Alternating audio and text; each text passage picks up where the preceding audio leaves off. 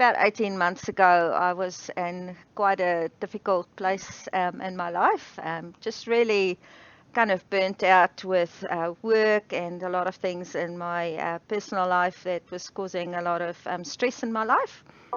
Hello, everyone, and welcome to the Global Travel Channel podcast show. I'm your host, Mark Philpott, and today I have another great guest lined up for you.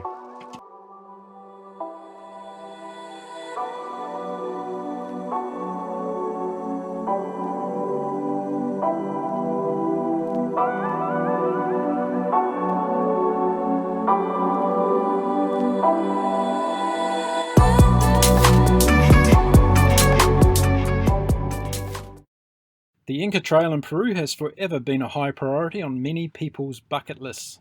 On today's episode, I'm going to speak to a lady who has recently returned from her own life-changing adventure along its pathways. Let's welcome to the Global Travel Channel podcast show, Juanita Theron.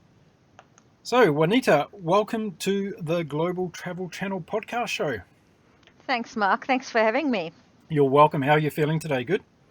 I'm feeling fabulous. Thank you. That's good to hear. Are you a first timer on the podcast? Have you ever done a podcast before? No, I haven't. This is my first foray into this world. Well, don't be nervous. I'll be very gentle on you, and I'm sure you're going to have a good time. Whereabouts are you talking to us from today? I'm talking from Wellington, New Zealand. Wellington, New Zealand, but that's not a Kiwi accent I can hear. Whereabouts are you originally from? I'm originally from South Africa. In fact, I came over to New Zealand on the day that the All Blacks and the Springboks were kicking off the World Cup in 1995. Oh! And and arrived in New Zealand to find out that the Springboks had won, and I missed all of the partying. Oh dear! But now you're in the land of the long white cloud, and you're no doubt an All Blacks supporter by now, are you? I totally am. Yeah. Fantastic. Well, it's good to have another one on board. And we've got some exciting times coming up in Japan, I'm sure, over the next couple of weeks. I'm sure, yeah. Now, what I do with all of my guests now, I ask you to actually dedicate this show that you're doing with me to somebody that's very dear to you in your life. Who would you like to dedicate this show to? I'd like to dedicate it to my husband, Stephen. Stephen? Okay. Yeah. Fantastic. Yeah, the reason for that would be that, he's really been by my side throughout this whole challenge of doing the Inca Trail. And I definitely wouldn't have been able to do it without him. Okay, well, this is a big shout out for Stephen, and this show's been dedicated to you. So when I send you the file, you'll be able to keep it amongst your family records for all the days to come. There we go. Now, another shout out too, because we've been introduced by a mutual friend. His name's Rowan Smith, and he's from Summit Strength. So, Rowan, thank you very much for introducing me to Juanita, and we'll get to the backstory of that shortly. But we're going to have a trip over to Peru now, and we're going to start talking about your amazing adventure on the Inca Trail. But tell us first, Juanita, how did that come about? How was it that you wanted to do the Inca Trail? So, Mark, about 18 months ago, I was in quite a difficult place in my life. Just really kind of burnt out with work and a lot of things in my personal life that was causing a lot of stress in my life. And I really felt that I needed to do something positive for me. And not positive in a sense of let's go have some fun, positive in a sense of wanting to make a step change in my own physical and mental well-being. And so I was kind of working on that and setting a goal around that. And a friend of mine had just completed the Inca Trail herself. And for some reason, I still don't know why, she sent me a link to the Mental Health Foundation challenge for the Inca Trail, and it just seemed to be a really good fit for what I was working on in terms of my own goal. So this wasn't something that had been previously on one of your travel bucket lists to go and do the Inca Trail. This was purely as a result of, I guess, being put in touch with it by a friend. Yeah, I knew about the Inca Trail and kind of roughly knew what it was about. And, all of those things I kind of in my life always put in the area of, that's what fit people do. That's what the really cool people do. and kind of had it there as, yeah, that'd be awesome to do, but that's not the kind of thing that I would be able to do. So yeah, so kind of like a latent bucket list item, but certainly not something that I consciously kind of put on any kind of plan anywhere. Look, this is really interesting. Since I've been doing this show now, I'm getting many guests who come on who have a travel-related experience that's also linked to some mental health situation. So this is really fascinating. How long had you been dealing with the said challenges on the mental health side before you decided to go on this trip? It's probably been uh, building for maybe a year or two. So yeah, it was just kind of a work situation that was particularly challenging for me.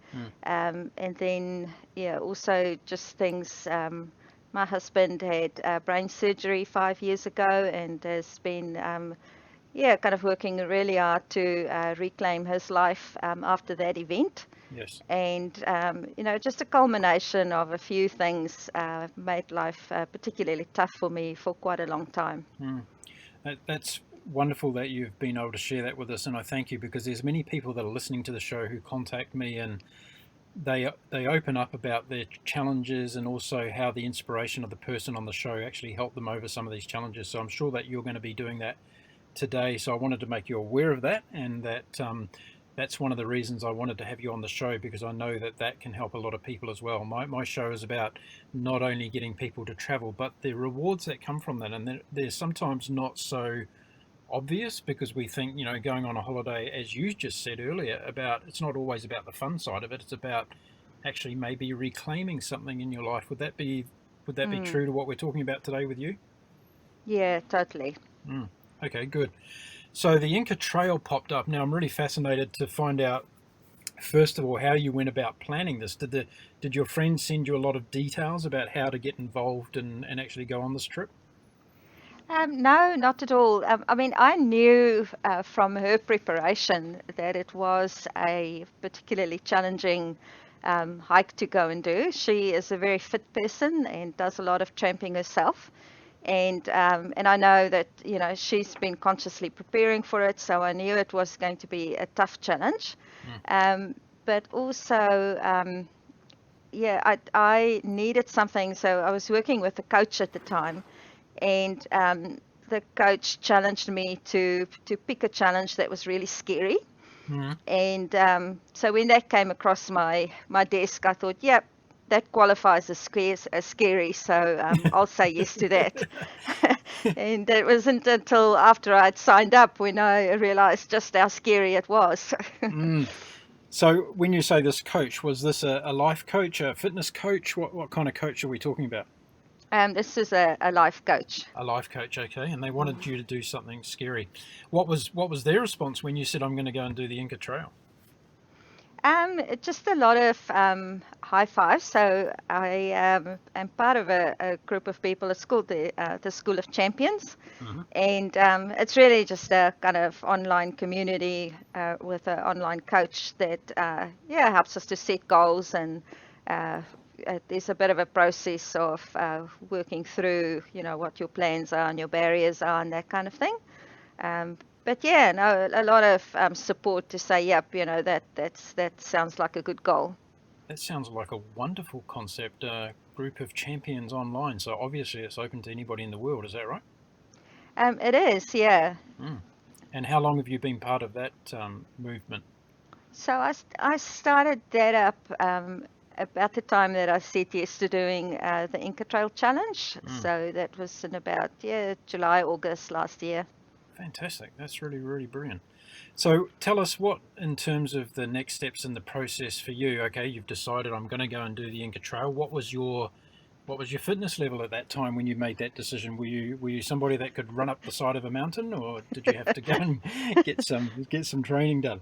Yeah, no, not at all. So one of the things, growing up, I, you know, teenagers are particularly nasty at times, and I was bullied a lot at school around my physique. Mm. And as a result, just never really engaged with sports, and kind of told myself that, that's not something for me. I'm not good at it. I should really just steer away from anything that kind of depends on my physical capability. And yeah, so needless to say, my fitness level was literally zero. And so yeah, the job was, and that was kind of the step change that I wanted to make, is get control of my weight, get fit, get energetic. So I set a goal for myself, which was to become fit, light, connected, and alive, Mm. and make a difference while Fit, I'm doing light, that. connected, and alive. Those are the four things. Fit, Yeah, light, connected, and alive. That's beautiful. Did you come yeah, up with that yourself, did you? yeah. Okay, wonderful. Now, back to the bullying thing just for a second. Is it something where um, you were perhaps somebody that wanted to do sports, but because of that harassment you received, you just shied away from it? Would that be right? Yeah, like I remember early on, it wasn't that I wanted to do sports, but that is kind of the thing. The whole school world revolves around sports, Especially in South and Africa. yeah, very much so. Mm, And it's a very visible thing. mm, So hundreds of kids kind of gather around sports fields and check each other out, and yeah, so any kind of comments that people make kind of hits really hard if you are quite sensitive about that. mm. And so it just kind of, yeah, killed any aspiration I might have had. And I don't know. I still don't know whether I would have been any good at it. Mm. But yeah, it certainly killed the desire for me. So did the Inca Trail, when you first decided to do it, did it scare you in some ways in terms of the enormity you were taking on with this particular challenge? It totally did. So when I first signed up, I knew it was scary, and then I looked at the details. So after I signed up, I thought, okay, now I'd better look at the detail and start planning. And that's when I realized that I would need to factor in altitude, and I was needing to climb a lot of stairs. And at the time, I do have a very fragile knee. Mm. And so, that was going to be a challenge that I needed to kind of manage throughout. Um, yeah, and just starting to read up around what it actually takes to walk at altitude. Mm. So Mm. all of those things yeah, became really clear for me, and particularly on one day where you had to uh, climb 1,300 meters in one day. At the time, I just thought, wow, that's such a big goal. Mm. I measured it out in terms of how many stairs I would have to climb in one day. Mm. And yeah, that kind of reality of it sunk in really early in the piece. So, for people listening to the show today, to give you some idea about the altitude in relation to the Inca Trail, the highest point of the Inca Trail is actually around about 4,200 meters. So, That's right. if we were to compare that to something like a mountain, we'd probably say, well, Mount Kilimanjaro is 5,800 meters. So, it's not as high as Mount Kilimanjaro, but it's way up there Yeah. as far as getting into the altitude where it starts to really affect you. It does. And what I learned on the trail was actually because it goes to 4.2, that sounds quite high, but because we were sleeping lower than that, Mm. it didn't, that kind of 4,200 didn't impact us that much. Okay.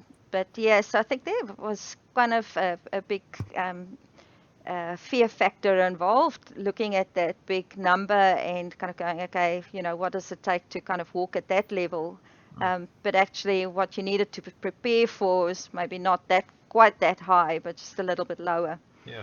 So let's go back to the preparation phase of this, and you talked about, okay, well, you put your name down, you said you're going to go and do it. What was the timeline between when you said you were going to do it and when you actually got on the plane from New Zealand and headed over to Peru? How long did you give yourself to prepare? So I had about 14 months Okay. to prepare. Mm-hmm. And so part of the preparation was getting myself mentally and physically fit for the adventure, but also each one of us had a fundraising target of $4,000. Okay. And so that was a big part of the challenge, as well as kind of mobilizing a fundraising campaign to raise that funds for the Mental Health Foundation. Well, look, I have a lot of guests on my show who are now combining their travel exploits with compassionate causes, and it sounds like you're another one. So the mental health one was an obvious one for you to choose. Tell us about how you combine both of those activities in terms of, how much time did it take up before you leave in terms of, fundraising. You just can't put something on Facebook and say, give me money, can you? So you've got to actually build a community and all the rest of it. How did that go for you when you were still in New Zealand? In the beginning, it kind of the fundraising in terms of friends and family and colleagues pitching in the first month or two, that went really well. And then there was a big period where you have to be quite entrepreneurial in terms of how you're going to kind of close the gap between, I think I got about $1,000 in that first bit, and then the rest of it, you have to think about, what kind of activities will you do that raise those funds. And it's really interesting. There were 18 of us going on our particular trip. Right. And really interesting to see across the whole group, what creative ideas people came up with raising funds. Now tell me, sorry, carry on, yes. Yeah, so for me, as a living, I work in organizations helping them develop their people capability.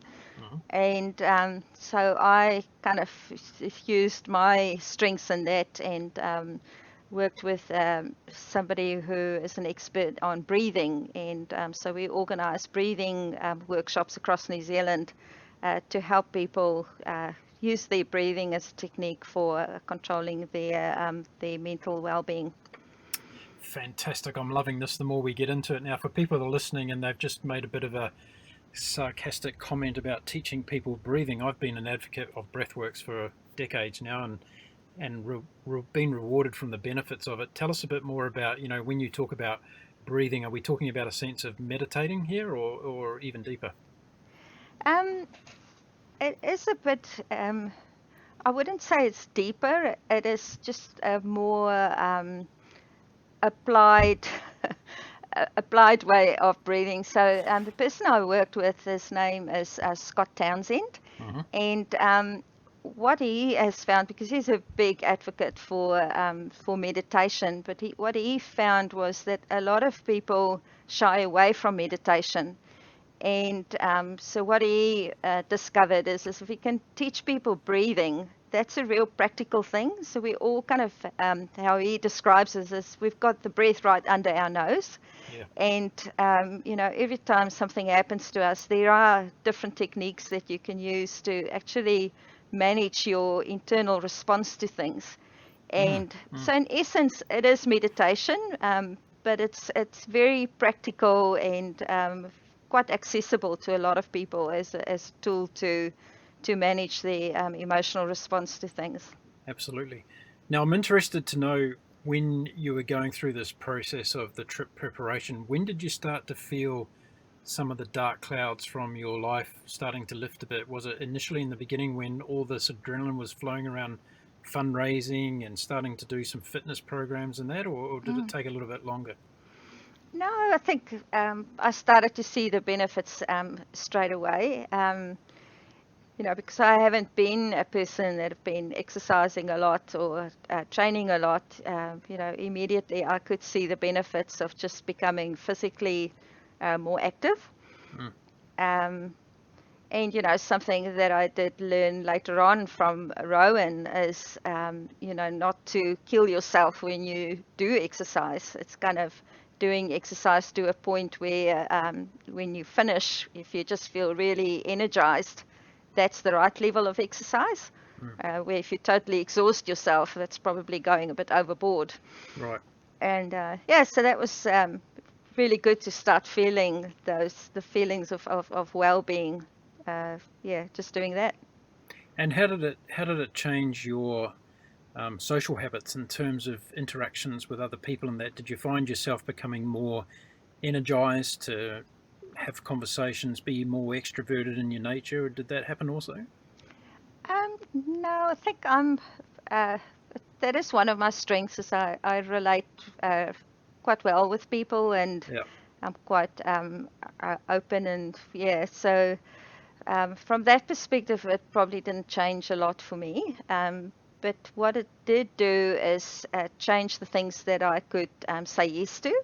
Mm. So in the past, when people said, "Hey, listen, we're going tramping for a weekend," or anything that involved any kind of physical activity, I would usually make an excuse and say, "No, sorry, I can't make it." Mm. Um, and now I'm able to say yes to those things, and it's really just opened up more opportunities for me to get involved with people. Now, you live in Wellington in New Zealand, and Mm. it's renowned for two things. One is the wind, and the second thing is the hilly terrain around the city. Did you start enjoying a lot of the Wellington countryside when you started training? Yeah, totally. Cool. Yeah, there's just so many beautiful trails around the place, and yeah, so we've been doing a lot of walking around. And if I say we, my husband and I started walking around Wellington. We've also started to do some other trails around New Zealand as well. Wonderful. Did your husband go on the trip with you? No, he didn't. No. But yeah, no, but he did train with me, which was awesome. Supporter at home. That's the best ones to have anyway. Yeah. Now, it took you 14 months to go through the training process before you hopped on the flight, and I guess it would have been handy having the other 18 people there as a strong support group. Did you spend a lot of time interacting with them and cheering each other along in the training process? No, because we were quite spread out over the whole country. Mm-hmm. There were three people actually in Wellington, and we hooked up with them earlier on the piece, particularly one person, my buddy. She ended up being my roommate as well on the trek. Kieran, we ended up doing a lot of training together. Yep. Yeah, and the other two, we just kind of occasionally meet up. But yeah, on the trail itself, the bonding happens really quickly. Mm. And yeah, walking away from that experience, I can say that I've made a lot of new friends and people that will be very near and dear to my heart for the rest of my life, I'm sure. Wonderful. We'll get to that when we get to the end of the show. We'll talk about the elation surrounding that, which I'm sure there is plenty of. I'm keen to know, was there any period during that build-up process where you kind of started doubting yourself that you couldn't do it, or were you very positive right from the start once you made the decision to go? No, well, I think all my family and colleagues will attest to the fact that there was a lot of nervous energy over that 12 months constantly. So I definitely had, it was a scary goal, and I knew I needed to work hard into it. But I was also plagued with injury. And Mm. so at one point I fell and smashed my face and and Oh no. not twisted, sprained my arm, and so that Mm. took me out of training for a while. And then Mm. yeah, about 3 months before we were due to leave, I just developed really, really bad knee pain, and yeah, started to get quite anxious around whether I was going to be able to make it or not. Mm. Very interesting. Do you think some of those injuries were emotional based? Now you look back on it, do you think some of them were ways that you were trying to find a way out of it, perhaps? um, no, I don't think so. And the reason I say that is every time something like that happened, I was like really disappointed, Mm. and yeah, so it was a big deal for me every time an injury happened. Mm. I'm not suggesting for a minute you were trying to fake something. I was just saying that, it's a well-known fact that when people get closer to the edge of the jumping out of the aeroplane, they say, well, hang on a minute, this might not be for me, and I've got a sore toe and I can't jump out anymore. But I'm sure that would be the case if I was jumping out of an aeroplane. maybe that's your next challenge. Let's see where this goes to. Okay, so hopping aboard, was it an Air New Zealand flight across to Peru that you took? No, LATAM. No. Oh, LATAM. Okay. And so tell us the route to get to Peru from New Zealand. You had to go to Auckland, did you, and then fly out of Auckland to Peru directly? Yeah, so we went to Auckland, and then first we went to Chile, touched base in Santiago. Then we flew from there directly to Cusco. Okay, so what's the flying time from Auckland to Santiago? I think it was about 12 hours or so. Oh, okay. Don't quote me on that. Okay. So a bit of a transfer there, and then down into Peru. So you basically arrived as a group together, or did you arrive on different days? Two of our group arrived earlier, and the rest of us arrived on that day. Okay. So first time in Peru for you, yes. Was this? Yep. So what was the first impression when you got off the plane? What were some of the things that you can remember as, just things that you got in your memory straight away? Straight away was just being conscious of the mountains around it. Because you can see, we arrived at night and you could see the city lights were going up quite high on the side of the airport. And so part of my training was doing a lot of cycling as well. And so first impressions is, this is not a place for cycling. That's for sure. Yeah. That's for sure. And then, just getting through the airport and on our way to our first stop was just, what struck me was just the life in the city. Like a lot of people just after dark and people walking around, a lot of people, one group of men playing marbles on the curb, another group of young people doing dancing in this city square. So it's just a very lively place. Lots of music pouring out of restaurants, and really awesome. I guess compared to Wellington, I remember the last time I was in Wellington, it was about 6:30 at night, and I was walking around down one of the main streets in town, and it was like a ghost town. There was just nobody out and about. So I guess when you go to a place like that, you recognise those things as being, wow, everybody's still out enjoying life at this time of the night. Yeah. Have you travelled a lot around the world since you left South Africa, or while you were in South Africa? Yeah, a little bit, not extensively, but I travelled a lot in South Africa, and and a few bits and pieces here and there. What do you like most about travelling? The cultural experiences. I'm particularly interested in music and food, and just the way that people kind of interact, so it is kind of challenging your own way of thinking about life when you travel. And understanding, as you said, other cultures and how they go about their daily things. Yeah.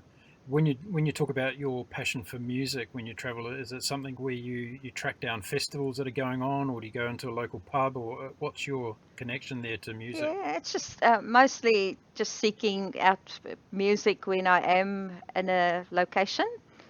So I don't travel particularly for music, but it's certainly something that's on my radar every time I do. Okay, good. So you've arrived in Peru, and what happened? Did you settle in there the first night, or were you immediately moving on from where you arrived? So we had like a welcome dinner the first night, and had a little bit of an introduction to Peruvian music and Peruvian food, and then the next day we went for a acclimatization walk. Which is really awesome because it took us through a Sacsay woman, which is a really impressive Inca site, and yeah, and then the next day we were right into it. Okay, so let's talk about the timing to go to do this. What's the best time of the year, supposedly, to go and do the Inca Trail? I believe it is from February through to September, October. So I think we were coming in at the end of the season. Yep. So were there a lot of other groups there when you were doing it? Um, there, uh, there were. So I believe there's somewhere between 200 and 500 people that do the trail every day. But because of the company that we were walking with, they follow a different rhythm than the other touring companies. And because of that, we hardly saw anybody on the trail for most of the time that we were there. Okay, so you were pretty isolated from the other Yeah. groups. Yeah, good. Now, the Inca Empire has a rich history that goes back a long, long time. Had you done a lot of research about it before you left on the trip? I did a bit of reading, um, just enough to kind of whet my appetite. So one of the books that I read beforehand that was really, really valuable was Turning Right at Machu Picchu. So it's a Mark Adams book, and yeah, that was really, it was a good appetizer and just enough of a few pointers around the culture and the landscape and so forth.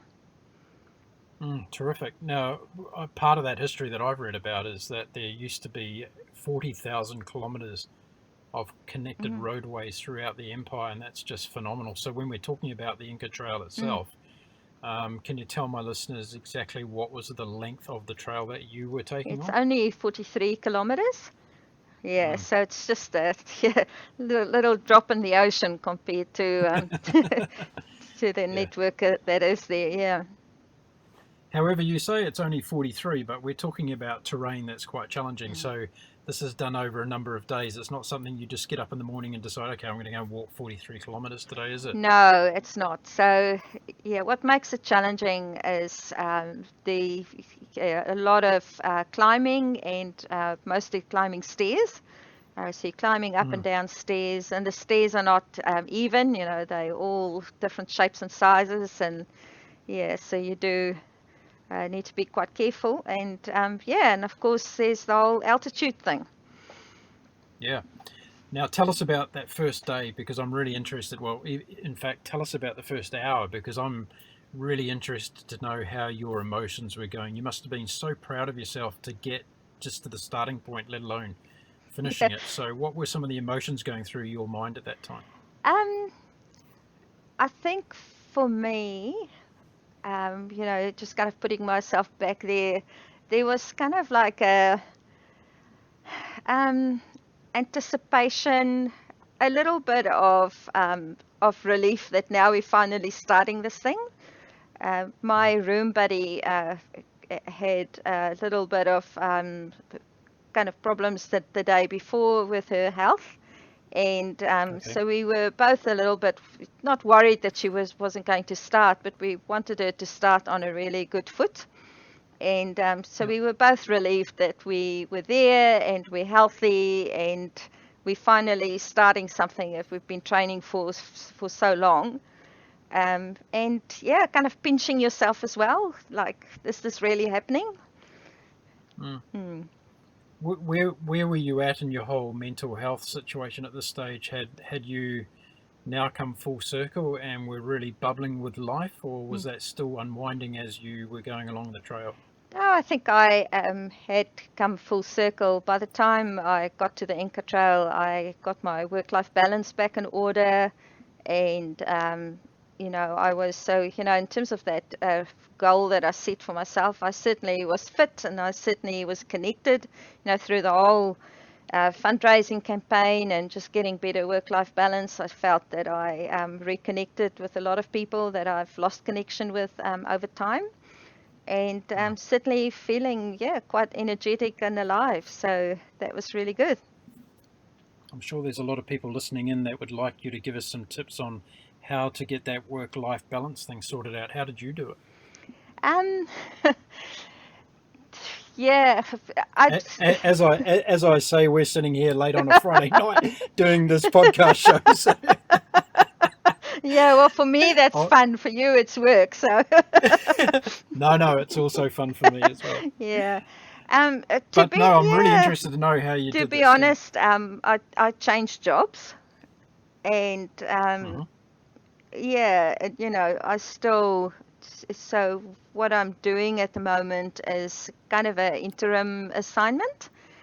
And so Okay. I won't really proclaim that I've mastered the art of work-life balance, but what I certainly have learned is how important it is to look after yourself. And so I think, Mm. if for when I get to a more pressured assignment, I would definitely be a lot more protective of my own time. And but it's not only the time, it's like what you do when you have your downtime. Mm. Um, Well, I'm gonna respectfully disagree with you when you say you haven't mastered it, because I just heard you say the magical words and you said I left. And when you're in a situation and you're not aware enough that you don't leave and you stay at it, that's when the problem becomes bigger. So I think you actually took the miracle step by making the decision, hey, I've got to get away from this mm, and I've got to create something new. And that takes a lot of gumption and courage to do that. So I wouldn't underestimate the power of the decision you made there, because a lot of people would actually stay in there and let things manifest into a worse situation. So the biggest tip I hear from that is actually make the decision to get out. Make change mm, and make change happen. Yeah. yeah, Would you agree with that? yeah, yeah. No, totally. It is. Mm, Yeah, getting to that point of deciding when it is. Yeah, mm. getting the better of you. Yeah, good. Let's get back on the trail, because I'm having a thought now about what it was like at the end of the first day. Did you sit down and say, well, yes, my preparation for this was spot on? Or did you sit down and go, whoops, I should have done a little bit more? um, I Did you actually sit down? I did sit down here. So one of the benefits of these kind of treks is, of course, you have porters and chefs and all sorts of people that totally treat you like royalty. And Mm, yeah, so just getting through day one, I was thinking, wow, that's awesome. That's 1 out of 4 days done. I've survived that. I feel really good, but it was a reasonably small day. But because of the mm. small day, I also still kind of knew that the hardest part was still to come. So physically on that first day, what were some of the things that came along that challenged you a little bit? Were there any blisters starting to happen or anything like that? Um, no, not really. The main thing was getting used to the breathing. Mm. Um, and Did you have a headache? I didn't have a headache. On the acclimatization day, I did have a headache. But the next Mm. day, that kind of cleared up. And yeah, just kind of learning the discipline of, walking, stopping, breathing, hydrating. Um, Yeah. and that was kind of the big thing. And getting comfortable with the people that you're walking with, because you Mm. do feel quite embarrassed because you're breathing more heavily than usual. And you just have to kind of get over yourself and just kind of go, okay, we're all in the same boat, and you're here to enjoy yourself, and yeah, just go for it. I was going to ask about that, because I was thinking, when you're in a group situation like that, does the group go at the speed of the slowest person, or is there some kind of random order that happens here on one of these tricks? They tend to go at the speed of the slowest person. Mm. And in our group, after day one, the group of 18 broke up into two groups. So there was Okay. one group that walked quite a bit faster than the other group, and so we had three guides walking with us. So one guide would take the fast group, and the other two guides would take the slower group. Mm. Okay. And what weather conditions did you have on the first day? Was it teeming down with the rain, or did you have lovely Lovely sunshine? sunshine all 4 days. We had beautiful, beautiful weather. We had some Mm. rain in the night at a few times and a few drizzles coming through, but nothing, nothing to write home about. Nothing like some of the Wellington Cook Strait Yeah. storms. Yeah, nothing like that. Yeah, no wind. Yeah, it was really perfect conditions. What was it? What was the equipment in terms of clothing? Was it light clothing that you wore, or do you have jackets on? Or A combination. So the nights are pretty cold. And mm, then, yeah, in the day, trekking, yeah, I just wore my, long shirt merino top and, yeah, just reasonably light, but also always having your puffer jacket handy, your raincoat mm. handy, just in case the weather changes. And are you somebody that likes to stop every 5 minutes and take a photograph of the scenery, or did you not do Yeah, too much of no, that? I did. I'm not quite as bad as my husband. He stops, yeah, very, very frequently. But yeah, no, I did take quite a lot of photos. I won't edit that part out of the show so Stephen can hear that. He'll be proud of it. Very good. Okay, day two. How were things on day two? Was the terrain getting harder and harder? Yeah, so day two was getting harder. We were starting to go uphill quite a bit, um, and yeah, on day two, from memory, that was when the guide said, "Okay, today we're going to climb 1,000 meters," and Mm, that was pretty scary in the beginning to hear. Okay, that's what we're going to do, and you know, yeah, and it was really quite amazing for me at the end of the day to kind of sit back and go, "Gosh, we did that, and I'm not dead." yeah, yeah. Yeah, and Was that up until that stage in your life? Was that probably the most proudest you've ever felt around physical fitness and endurance and doing something like that? and definitely up until that point, I think, Mm, yeah, if when you finally get to Machu Picchu and you kind of go, oh my goodness, I really did it. That's mm, that mm. is something. But yeah, climbing 1,000 meters for me was quite a big deal in those conditions.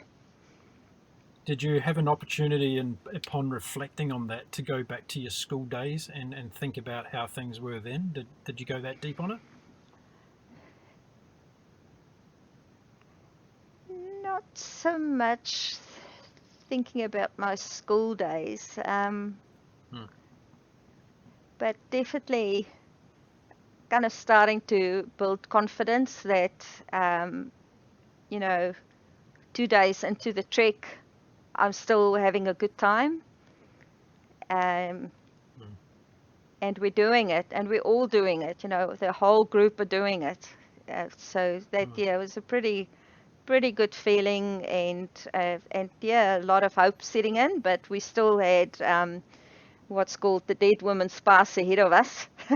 So Mm. Tell us about that, because this was on day three, was it? Dead Woman's yeah, Pass. so a lot of the other Yeah. treks would do the Dead Women's Pass on day two, but for us, Dead Women's Pass came on day three, and Right.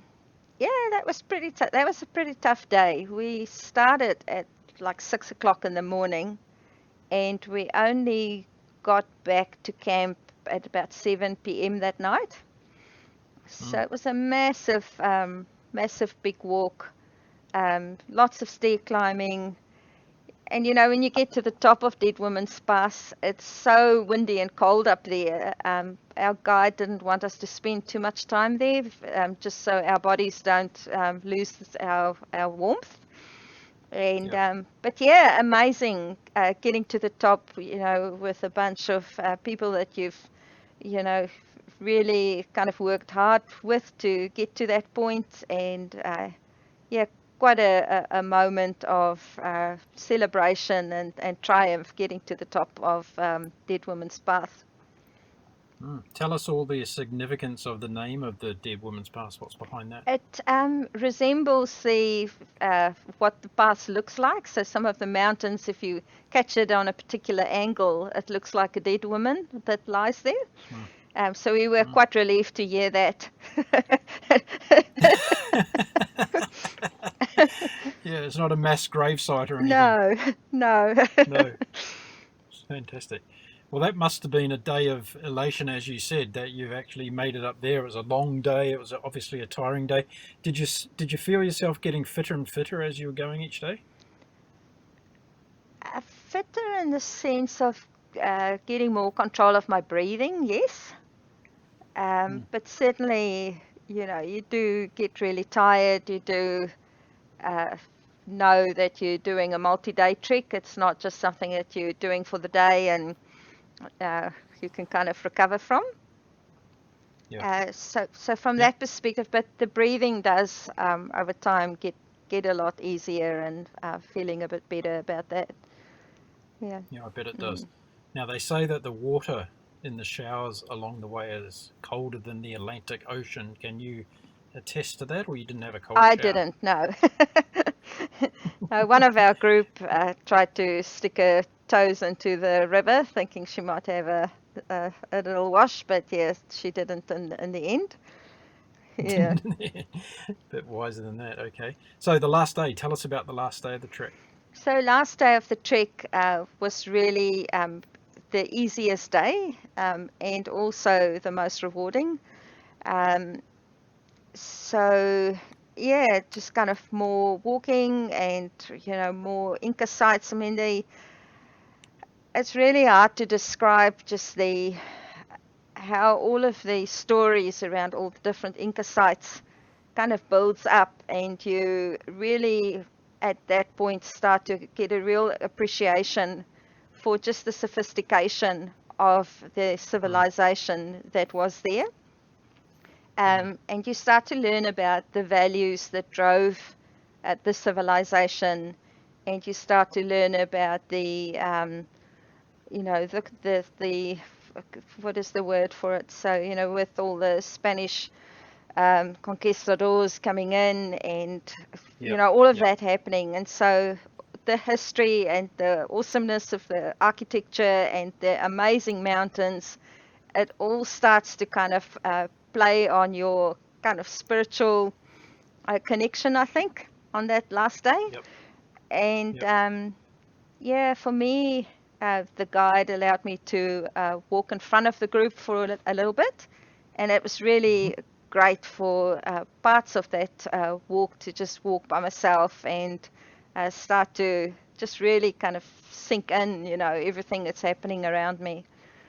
And then Mm. finally, when you get to the Sun Gate, just short of the Sun Gate, we all gathered to make sure that we go through the Sun Gate together.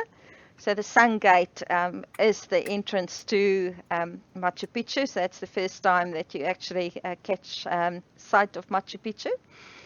And Yep.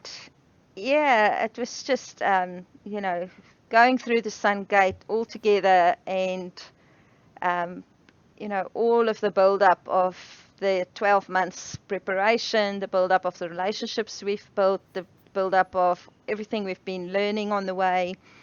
Um, it's just really a cathartic moment for people to stand there and have all of those things come home to roost in one moment. Would you say it's like a climactic spiritual experience in that Yeah, way? definitely. Mm, mm. And very powerful from what you're just explaining. Very powerful a moment of living in the now, being very present with the surroundings Yeah, to present to the surroundings, present and to to oneself. present to yourself, but Mm, also present to the people that are not there.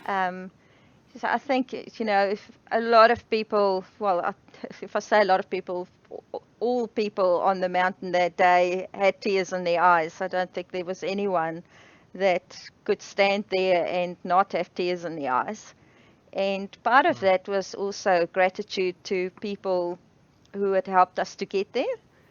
And I know for Yes. me, there was a lot of that thinking of, my husband that's been walking with me pretty much every weekend to help me get fit, all the people that contributed to my fundraising campaign, all of that kind of comes together in that one moment. Mm. Was there a sense of closure as well around some of the other aspects of your life and the things that you've shared with us today? Um, Definitely closure around my own self-image around my physical capability. Kind of going, hey, I did it. I know I can. I'm feeling awesome. And, if I can do this, what else can I do? So that was certainly there for me. I think what it shifted for me over the course of the whole challenge was maybe letting go of some of the kind of not complete victim mentality, but sometimes you feel like, life is closing in on me and life is tough and whatever. But actually, there's so much to be grateful for, and if you can kind of just get above that and see all of the beauty and appreciate the beauty, and both in people and in the environment, then a lot of those things, those problems become quite small. Now, you had your breakthrough as a part of doing this process, and in the beginning, and you said you arrived there already, and you were a lot lighter, and I'm not talking about in a physical sense, but that was also the case. But at an emotional level, would you say that upon completion of the trail, you started yet another chapter in that lightness and becoming the next person that you wanted to be? Yeah, I think so. I definitely noticed when I came back to New Zealand,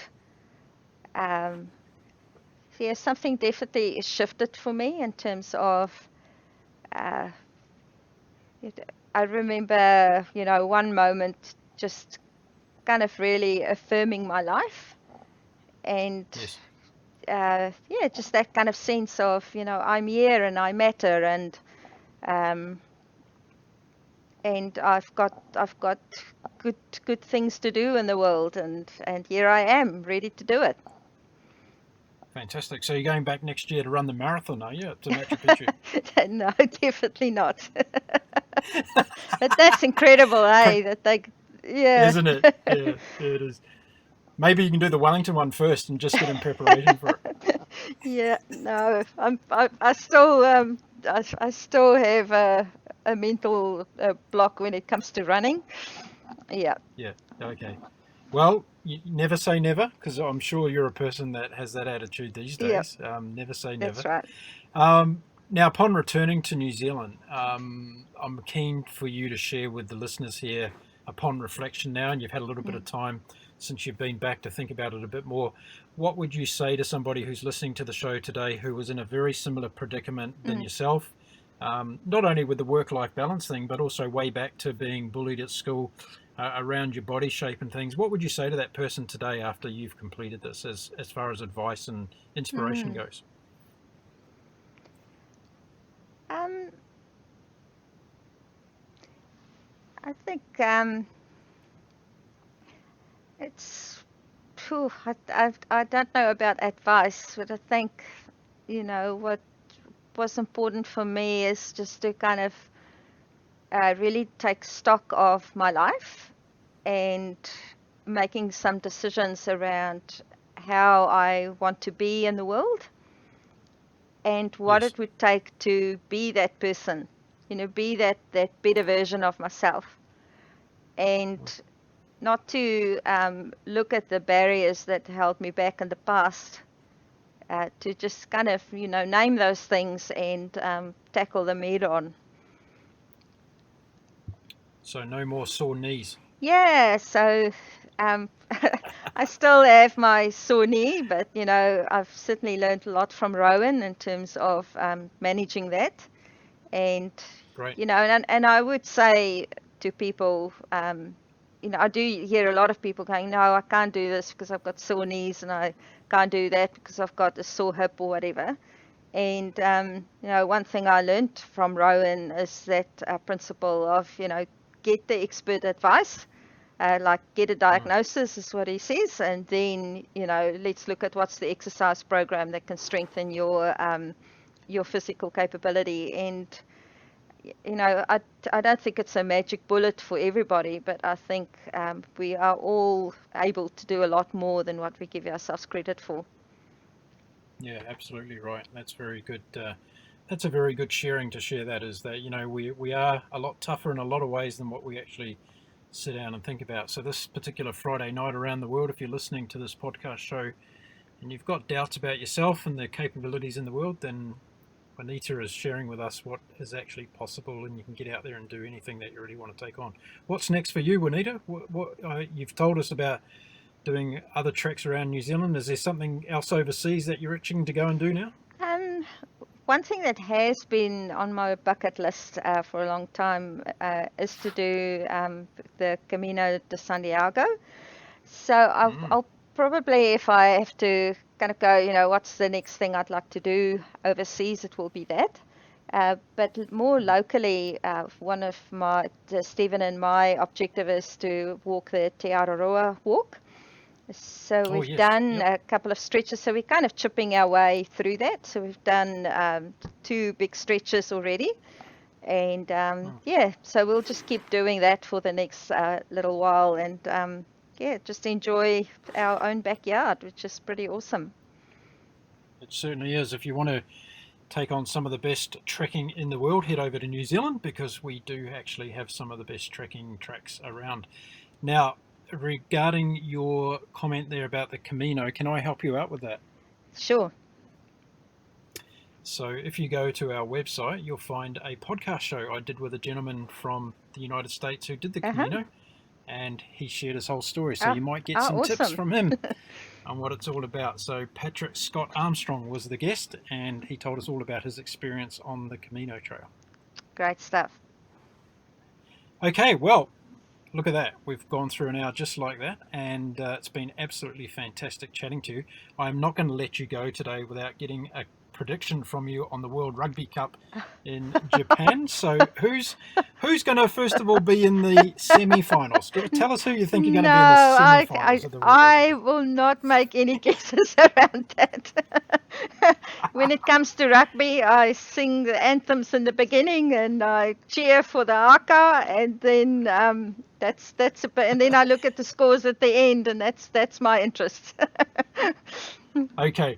Well, I'll tell you what you can do. I've got a friend of mine who's up in Japan, and he's actually going to do a podcast show with me from the semi-finals. Yeah, so we're gonna click in and listen to the semi-finals and hear what it's all about via the podcast show. You might be interested to have a listen to that one as well.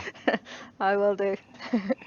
Fantastic. Juanita, listen, it's been lovely having you on the show today. Thank you very much for sharing your incredible journey from being bullied at school in South Africa to finishing the Inca Trail and getting all those wonderful benefits from it, and also for inspiring my audience, because I'm sure there's probably somebody out there who's been absolutely inspired, perhaps to even go and do the Inca Trail after listening to you. So I really appreciate it for coming on the show, and I wish you a great weekend ahead. Thank you very much. Wow, what an inspiring story, from being bullied in the school grounds in South Africa and not wanting to do any sport, to in later years becoming somebody who gets off their butt and goes and walks the Inca Trail and puts aside all those demons from years before. What a fantastic story. And also along the way helping to raise money for the Mental Health Foundation in New Zealand. Juanita Theron, inspiring lady you are. Thank you very much for coming on my show. Now, if you're looking for other episodes of the Global Travel Channel podcast show, you simply go to our website at www.globaltravelchannel.com. You'll find all of our previous episodes listed there. If you'd like to download them, you can go to places like Apple iTunes, Stitcher, Spotify, iHeartRadio, Google Play, and a host of other locations that are all listed on our website. And don't forget, if you enjoy this content, why not share it with your friends and family so we can get more listeners to the Global Travel Channel podcast show. We would definitely appreciate that. Okay, that's it for this particular episode. My name is Mark Philpott. Until next time, I wish you all bon voyage.